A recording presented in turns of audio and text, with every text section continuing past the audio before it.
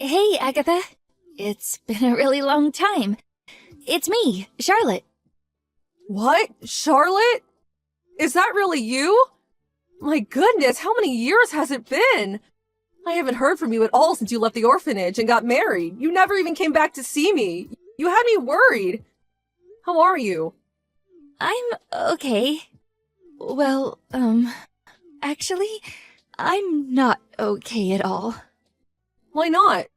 What's wrong? Listen, Agatha, the thing is, I got kicked out of the house. What? Kicked out?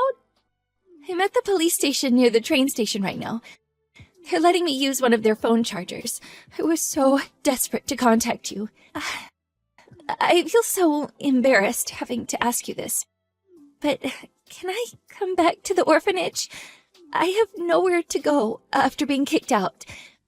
There's nowhere else I can stay, and no one else I can turn to. I don't even know where I'm gonna sleep tonight. Oh, Charlotte, you poor thing. Of course you can. I'll have someone come out to pick you up immediately. Just stay where you are, okay? Thank you so much. What exactly do you mean when you say you got kicked out? This is all such a shock. Were things not going well at home? What the devil happened? My husband Dexter and his parents used to be so unbelievably kind to me. I felt like the luckiest girl in the world to have such wonderful people in my life. Until we got married. When we did, he asked me to quit my job so I could stay at home and support him. It didn't sound so bad at the time, but he asked me to move in with him and his parents, and that was when everything changed. All of a sudden, his mom and dad, who up until then had been the kindest people I'd ever met, started treating me like dirt. It was like living with demons. They said I was obliged to be their family servant because they, to quote them, gave my miserable life meaning by adopting me. They forced me to work like a dog every single day, from 3 a.m. in the morning to 12 midnight. I wasn't even allowed to take a break to sit down. All of my clothes and personal belongings from before I got married were either sold or thrown away. For no reason, I'd be ordered to get on my knees in front of them all of a sudden, and they'd all take turns yelling at me. If there was ever something they didn't like, they'd just throw away my food or personal belongings. If I ever complained, they'd yell at how I should just be grateful I'm not an orphan anymore. Oh my God, Charlotte. Today, Dexter brought home some young girl. What use are you if you can't even have kids? You're an abject failure, you barren wasteland of a woman. You had a duty to provide me with sons, how dare you?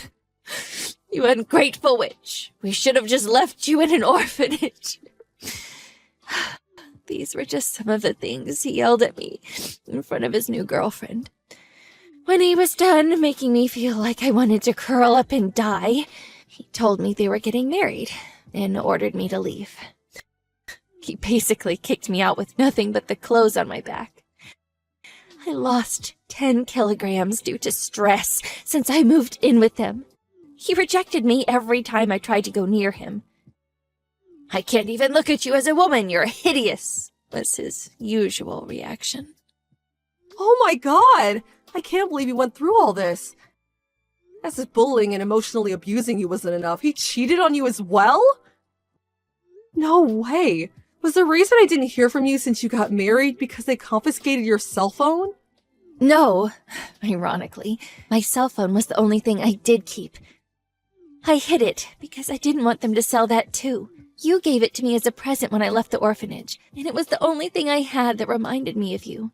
There was no way I was gonna let them take it from me. I didn't have a charger, though. The reason I couldn't contact you all this time was because my battery was dead. The first thing I did after he booted me out was to look for somewhere I could charge my phone. So that's how I'm able to message you now. Oh God, what have they done to you, Charlotte? He will not get away with this. I'm so sorry to trouble you like this. Ugh, it's so embarrassing to have to rely on you like this, despite being in my 20s now. Even if it's just until I can find a new job and somewhere to live. Please, can I live at the orphanage again for a little while? I'll do chores, odd jobs, help look after the younger children, anything. Don't be so silly. You don't have anything to apologize for.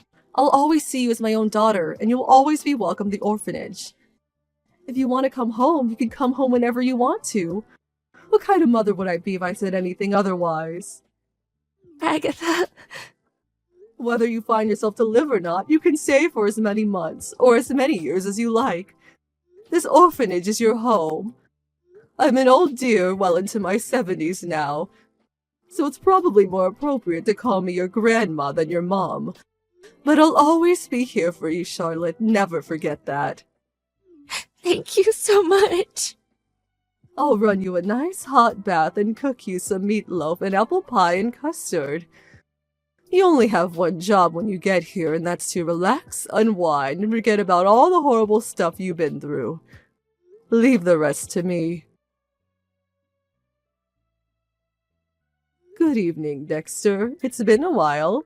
This is Agatha, the head mistress of the orphanage Charlotte grew up in. She just contacted me in great distress. It seems like we have some things to discuss. She told me everything about how you and your parents have been treating her like less than human, like your own personal slave since the moment you got married. On top of that, you cheated on her, brought your lover home and kicked Charlotte on the streets, didn't you? Tell me, did you ever think you were going to get away with such despicable behavior? It's obvious you've seen my messages. I can see the red marks, you know. If you can muster up the courage, you're free to respond at any time. Shut your mouth, you old hag! I don't know a frickin' thing about any of this crap. That psycho is just fantasizing. She's crazy, I tell you. You only have to look at her to see it's all true. She's emaciated and has huge bags under her eyes. She's in a constant state of anxiety and fear. All it takes is a door opening to make her jump out of her skin. How does that happen to a girl who was once so fit and healthy, so outgoing, vibrant, and bubbly? She was a picture of health when she left the orphanage. She barely weighs 40 kilograms now. Her clothes were all tattered and worn out, and she hardly even had any personal belongings. Like I told you, I don't know nothing about any of this. Anyway, even if I did do something to her, she was a miserable orphan, and me and my folks were kind enough to adopt her. Which means we can treat her however we goddamn want to. Excuse me? Are you being serious right now? Besides, what the heck does it have to do with you? You ain't Charlotte's mom, you ain't her gran. You're just some wrinkled-up old hag sat on a high horse who thinks she can scare me. Something bad might happen if you don't learn to stay out of other people's business. You catch my drift, lady? I'm very disappointed in you, Dexter. You seemed so sweet and kind when you came to introduce yourself before the wedding. I'm actually disappointed in myself for not seeing right through you. As Charlotte's guardian, I have a duty to make you pay for what you've done, and pay you will. Are you prepared for the hell that's coming your way? Oh, I'm quaking in my boots! What's some wrinkled-up old hag gonna do to me? You gonna chase me on your Zimmer frame? Write me a sternly worded letter? If you wanna do this, then let's do this! You wanna get taken down, lady? Great, it's settled then. I'll make sure you remember what you just said to me.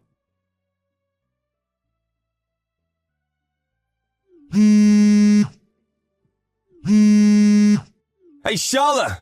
What the hell did that old hag do? You got any idea how much trouble you're in, girl? You just goddamn wait! Answer me! I know you're looking. Good morning, Dexter. This is the old hag. What can I do for you? I ain't interested in talking to you, hag! Put me on to Charlotte now! Charlotte's been looking after the children right now. But even if she wasn't busy, I wouldn't let you speak to her in a million years. What do you want? Make it quick. You seem to be in quite the panic. Anyone would think you received a court summons or something. Aha! I knew it was you! You're gonna pay for this, mark my words, hag! The heck are you two trying to pull? You're dragging me into court like some criminal! On what charges? I ain't done nothing! It was patently obvious Charlotte was going to take you to court after the way you behaved. You've been summoned to take part in the divorce mediation on countless occasions by now. But you ignored the call every single time. You didn't show up to even a single meeting, did you? As a result, the mediation ended in failure, which means she had no choice but to take you to divorce court. Anyone could have seen this coming. If you'd have just come to the meetings, none of this would have been happening. Oh, don't come at me with this legal jargon thinking you're all clever. I ain't playing your silly games, hag! Why the hell should I have to go out of my way to go to court to deal with some miserable orphan's emotional issues? I ain't no shrink! If you got business with me, then you come to me. I'm a busy guy. You get me? Oh dear, you seem to be suffering from a severe deficient intelligence. You don't have to come if you don't want to, you know, if your time's so valuable and you really can't make it. Don't you worry yourself one bit. All that means is that you'll owe Charlotte $60,000 in compensation. You what? As a rule, if you don't show up to the trial, you lose the case by default, which means that you're obligated to pay the full amount of the claimant's requested compensation without even getting the chance to defend yourself. Let's face it, though, even if you did show up to try and defend yourself, you still wouldn't have a leg to stand on. What? Why not? It just so happens that one of the children I raised in this orphanage is now a very successful lawyer. His area of expertise also just so happens to be divorce law. All it would take is one phone call. I do hate the idea of causing him a nuisance, but I get the feeling he'd drop everything if he had to help me in my time of need. Thinking about everything you did to her, harassment, bullying, cheating, stealing, as well as all the rest, this clearly isn't a fight you can win. Whatever! This crap just ain't gonna stand up. It ain't got no legs. Harassment, cheating? I ain't got the foggiest idea what you're talking about. I ain't that kind of guy. If you ain't got proof, then you're nothing but a doof. Well, now that you mention it, I also just so happen to have a friend who runs a private investigation agency. One phone call was all it took. I have enough proof to take you to court 10 times over. To give some specific examples, how about bring your lover back home to flaunt her in front of your wife, despite the fact you're still very much married? It seems like you're known as quite the womanizing sleazeball around the neighborhood, too. I heard some very interesting stories. Not just the cheating either. Surprisingly, they even knew about the abuse, too. Do you ever get the feelings your neighbors avoid you? Huh?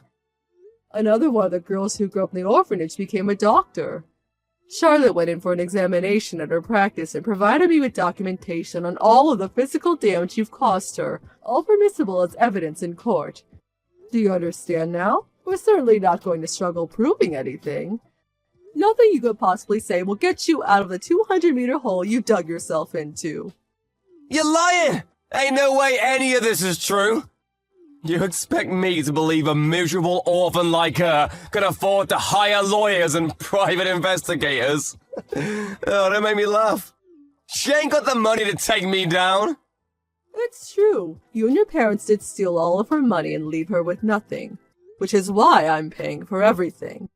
You're doing what? Why the heck you gonna use good money on some waste of space with no parents? She ain't even blood to you. You gotta be kidding me. Ain't no one that stupid. Whether we're related by blood or not means nothing to me. I raised her as if she was my own daughter. She's my family and I love her. What other reason do I need than that she's family? There's nothing I wouldn't do to protect her. God freaking damn it, alright fine. You win, I'll apologize. She can have all her stuff back. I'll even give her some money to show I'm sorry, alright? We'll be square then, won't we? Do you seriously think you're getting off that lightly? Don't be so ridiculous. If we're going to do this, and we are going to do this, then we're going to do it properly. No one lays their hands on my daughter and gets away with it. You're going to regret being born when I'm finished with you, boy. Surely you knew this would happen when you decided to victimize and abuse my Charlotte. Surely you weren't stupid enough to believe there'd be no consequences. What? You threatening me? I might not look much, but believe it or not, I used to be the CEO of a major company. My son took over when I retired, and he's running the show these days. I still talk to him regularly when he needs help with management-related things. I'm kind of like his personal advisor. So what? You think I care about some crappy company? Did you know that crabby company is your company's biggest client? Say what? I made a few recommendations to my son at the time you two got married, after I found out you worked in the same industry as us. As a result, he turned down some very generous offers from other companies in favor of establishing a major trading contract with yours. At the time, I thought I was doing a good thing by making a gesture towards my son-in-law, but clearly I made a mistake. I think it's time my son terminated the contract. It's not like it was ever in a particularly profitable contract for us, and to be honest, I regret allowing my personal affairs to get mixed up with my professional life. Wait, what? What? Don't get too excited yet, I'm not finished. Next, there's the company your dad works at. Another one of the boys who grew up in my orphanage happens to be the CEO of his company's parent company. Well, I say boy, but he's 50 now. No, wait! You going after my freaking dad now? No, wait, you can't! Oh, one more thing. You and your parents rent your house, don't you? You're not going to believe this. The coincidences are almost piling up too high now. But I also happen to be friends with a major real estate magnate. And you'll never guess whose house he owns. Yep, I could even make the phone call this evening. Which angle do you think we should go for? Refusal to renew? Mandatory eviction? Can you imagine if I made phone calls to all of my friends about you? Can you imagine how far you'd fall? I'm thinking you hit rock bottom before you even realized what was going on. Oh my god, don't! Don't, please! Let me spell it out. If I do decide to take revenge on you, you will lose all that you hold dear. You'll be lucky if you even get to keep the clothes on your back. Your blood will run cold with terror and you will be plunged into the depths of despair, hopelessness, and suffering. Doesn't that sound nice? Please, I'm sorry. I'm so sorry, I mean it! Don't you think you're apologizing to the wrong person? And by text, really? Don't you think it'd be more appropriate to get yourself down here and beg for forgiveness on your hands and knees? Yeah, you're right. I'm so sorry. I promise I ain't ever gonna do anything like this again. I never thought it would come to this. Your luck ran out when you made the fatal error of taking me for some harmless old woman. I'm not trying to brag, but I have friends in high places. Exterminating a wretched little worm like you would be child's play. I'm so sorry, really. I'm so sorry. Please don't do it. We'll be continuing this conversation in court through our lawyers. Goodbye. Immediately after that, Dexter and his parents rushed down to the orphanage in an attempt to apologize for their behavior. But the time for apologies has passed, and they were delusional to think otherwise. I told them they could apologize in court and sent them on their way. They would accept it and sat down on the floor outside the orphanage like petulant children, leaving me with no choice but to call the police. They quickly stood up and hightailed it out of there when they realized who I was on the phone, too. Obviously, Charlotte won the trial. Dexter and his lover were ordered to pay a combined total of $75,000 in compensation. In order to come with the money, he and his parents were forced to move out of the house and sell all of their personal belongings. To add insult to injury, his lover, furious about being dragged into such a catastrophic situation, broke up with him no sooner than the trial was over. Now, last I heard, Dexter and his parents are living in an apartment so cramped and tiny they're like rats huddled together in a cage.